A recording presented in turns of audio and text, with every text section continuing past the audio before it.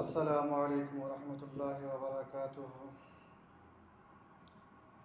نحمده ونصلي على رسوله الكريم، اما بعد فاعوذ باللہ من الشیطان الرجیم، بسم اللہ الرحمن الرحیم۔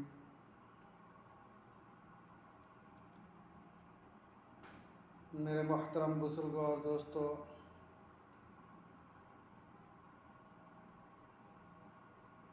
میں آپ لوگوں کے سامنے ایک مذاکرہ پیش کر رہا ہوں جس کا عنوان ہے وقوع نکاح اور اس کا پس نظر۔ میرے محترم بزرگوں اور دوستو، اسلام میں سب سے پہلے قریش کے 3 شخص بہت جی اثر اور صاحب الرائے تھے: عتبہ، ابو جہل اور ابو سفیان۔ قریش کا فوجی علم و عقاب ابو سفیان ہی کے پاس رہتا تھا۔ ابو سفیان بڑے تاجر تھے، شام، روم اور عجم میں تجارتی قافلے بھیجتے تھے اور کبھی خود بھی قافلہ کے ساتھ جاتے تھے، اور حضرت ام حبیبہ رضی اللہ عنہا یہی ابو سفیان کی بیٹی ہے۔ پہلا نکاح عبید اللہ بن حجر سے ہوا۔ ام حبیبہ رضی اللہ عنہا ابتدائی میں مسلمان ہوئی اور ان کے شوہر نے بھی اسلام قبول کیا، اور دونوں نے حبشہ کی طرف ہجرت کی۔ وہاں جا کر ایک لڑکی پیدا ہوئی جس کا نام حبیبہ رکھا، اور اسی کے نام پر ام حبیبہ کنیت رکھی گئی، اور پھر اس کنیت سے مشہور ہوئی۔ چند روز کے بعد عبید اللہ بن جحش تو اسلام سے مرتد ہو کر عیسائی بن گیا، مگر حضرت ام حبیبہ رضی اللہ عنہا برابر اسلام پر قائم رہی۔ ام حبیبہ رضی اللہ عنہا فرماتی ہے کہ عبید اللہ کے نصرانی ہونے سے پہلے اس کو نہایت بری اور بھیانک شکل میں خواب میں دیکھا۔ بہت گھبرائی۔ جب صبح ہوئی تو معلوم ہوا کہ عیسائی ہو چکا ہے۔ میں نے یہ خواب بیان کیا کہ شاید متنبہ ہو جائے، مگر کچھ توجہ نہیں کی اور شراب و کباب میں مشغول رہا، حتیٰ کہ اس حالت میں انتقال ہو گیا۔ چند روز کے بعد خواب میں دیکھا کہ کوئی شخص یا ام المومنین کہہ کر آواز دے رہا ہے، جس سے میں گھبرائی۔ عدت کا ختم ہونا تھا کہ رسول اللہ صلی اللہ علیہ وسلم کا پیغام پہنچا۔ ادھر حضور اقدس صلی اللہ علیہ وسلم کو ان کی حالت معلوم ہوئی تو آپ صلی اللہ علیہ وسلم نے عمر بن امیہ ضمیری رضی اللہ عنہ کو نجاشی شاہ حبشہ کے پاس یہ کہہ کر بھیجا کہ اگر ام حبیبہ مجھ سے نکاح کرنا چاہیں تو تم بطور وکیل نکاح پڑھوا کر میرے پاس بھیج دو۔ نجاشی نے اپنی باندی ابرہ کو ام حبیبہ رضی اللہ عنہا کے پاس یہ کہہ کر بھیجا کہ میرے پاس رسول اللہ صلی اللہ علیہ وسلم کا ایک والا نامہ اس مضمون کا، یعنی پیام نکاح کا آیا ہے۔ اگر تم کو منظور ہو تو اپنی طرف سے کسی کو وکیل بنا لو۔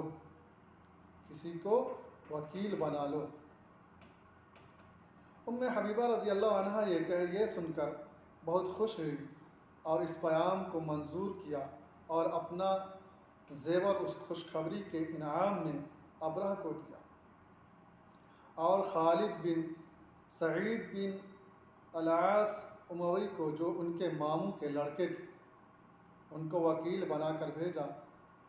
جب شام ہوئی تو نجاشی نے حضرت جعفر اور تمام مسلمانوں کو جمع کر کے خود خطبہ نکاح پڑھایا اور 400 دینار اپنے پاس سے مہر ادا کیا، جو اسی وقت خالد بن سعید رضی اللہ عنہ کے سپرد کیا گیا۔ اس کے بعد خالد بن سعید کھڑے ہوئے اور کچھ تقریر فرمائی۔ لوگوں نے اٹھنے کا ارادہ کیا۔ نجاشی نے کہا کہ ابھی بیٹھیں، حضرات انبیاء علیہ السلام کی سنت یہ ہے کہ نکاح کے بعد ولیمہ بھی ہونا چاہیے۔ چنانچہ کھانا آیا اور دعوت سے فارغ ہو کر سب رخصت ہوئے۔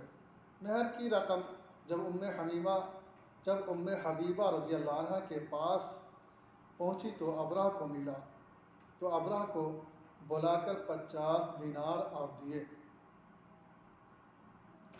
ابرہ نے یہ 50 دینار اور وہ زیور جو پہلے دیا گیا تھا یہ کہہ کر سب واپس کر دیا کہ بادشاہ نے مجھ کو تاکید کر دی ہے کہ آپ رضی اللہ عنہ سے کچھ نہ لو، اور آپ یقین کیجئے کہ محمد رسول اللہ صلی اللہ علیہ وسلم کی پیرو ہو چکی ہوں۔ محمد رسول اللہ صلی اللہ علیہ وسلم کی پیرو ہو چکی ہوں اور اللہ عز و جل کے لیے دین اسلام قبول کر چکی ہوں۔ اور آج بادشاہ نے اپنی تمام بیگمات کو حکم دیا کہ ان کے پاس جو خوشبو اور عطر ہو اس میں سے ضرور آپ کے پاس ہدیہ بھیجیں۔ چنانچہ دوسرے روز ابرہ بہت سا عود اور عنبر وغیرہ لے کر آپ کے پاس آئی۔ ام حبیبہ رضی اللہ عنہ فرماتی ہیں کہ میں وہ عود اور عنبر وغیرہ لے کر آپ صلی اللہ علیہ وسلم کی خدمت میں آئی۔ اس کے بعد ابرہ نے کہا، میری ایک درخواست ہے کہ حضرت صلی اللہ علیہ وسلم سے میرا اسلام اور یہ عرض کر دینا میرا سلام اور یہ عرض کر دینا کہ میں آپ کے دین کی پیرو ہو چکی ہوں، پیرو ہو گئی ہوں۔ میری روانگی تک ابرہ کا یہ حال رہا۔ جب آتی تو یہی کہتی کہ دیکھو میری درخواست کو بھول نہ جانا۔ چنانچہ جب مدینہ پہنچی تو یہ تمام حالات اور واقعات آپ صلی اللہ علیہ وسلم سے بیان کی۔ آپ صلی اللہ علیہ وسلم مسکراتے رہے۔ آخر میں ابرہ کا سلام پہنچایا۔ آپ صلی اللہ علیہ وسلم نے وعلیہ السلام ورحمۃ اللہ وبرکاتہ فرمایا۔ ام حبیبہ رضی اللہ عنہ کے نکاح کی خبر ابو سفیان کو مکہ میں ملی۔ اس وقت وہ رسول اللہ صلی اللہ علیہ وسلم کے محارب اور دشمن تھے، مگر اس نکاح کو ناپسند نہیں کیا۔ معلوم ہوا کہ ابو سفیان سرداران قریش میں سے تھا، اسلام کا بہت بڑا دشمن تھا۔ تاریخ کا طالب علم جانتا ہے کہ بدر کے بعد اسلام کے خلاف تمام جنگوں کی کمانڈ ابو سفیان کے ہاتھ میں رہی ہے۔ جب اس کی بیٹی ام حبیبہ رضی اللہ عنہ کا شوہر انتقال ہو گیا تو رسول اقدس صلی اللہ علیہ وسلم نے خیال کیا کہ اگر ام حبیبہ رضی اللہ عنہ کو اپنی زوجیت میں لے لیا جائے تو ہو سکتا ہے ابو سفیان نرم ہو جائیں۔ چنانچہ نبی اکرم صلی اللہ علیہ وسلم اسی ملکی مصلحت کی بنا پر حضرت ام حبیبہ رضی اللہ عنہا کو اپنی حرم نبوی میں داخل کر لیا۔ نتیجہ یہ ہوا کہ ام حبیبہ رضی اللہ عنہا کا آپ صلی اللہ علیہ وسلم کے نکاح میں آنے کے بعد انہوں نے اسلام کے خلاف کوئی اہم فوج کشی اور کارروائی نہیں کی، بلکہ کچھ مدت کے بعد فتح مکہ کے دن وہ اپنے خاندان سمیت مسلمان ہو گیا۔ دوستو، میرے محترم بزرگوں، میرا یہیں تک مذاکرہ تھا۔ آپ لوگوں سے درخواست ہے، مؤدبانہ درخواست ہے کہ دعاؤں سے مجھے سرفراز فرمائیں، اس لیے کہ میں آپ لوگوں کی دعاؤں کا طالب ہوں، اور مجھے حوصلہ افزائی کریں اور سپورٹ کریں۔ السلام علیکم ورحمۃ اللہ وبرکاتہ، وآخر دعوانا ان الحمد للہ رب العالمین، والصلاة والسلام علی سید الانبیاء والمرسلین۔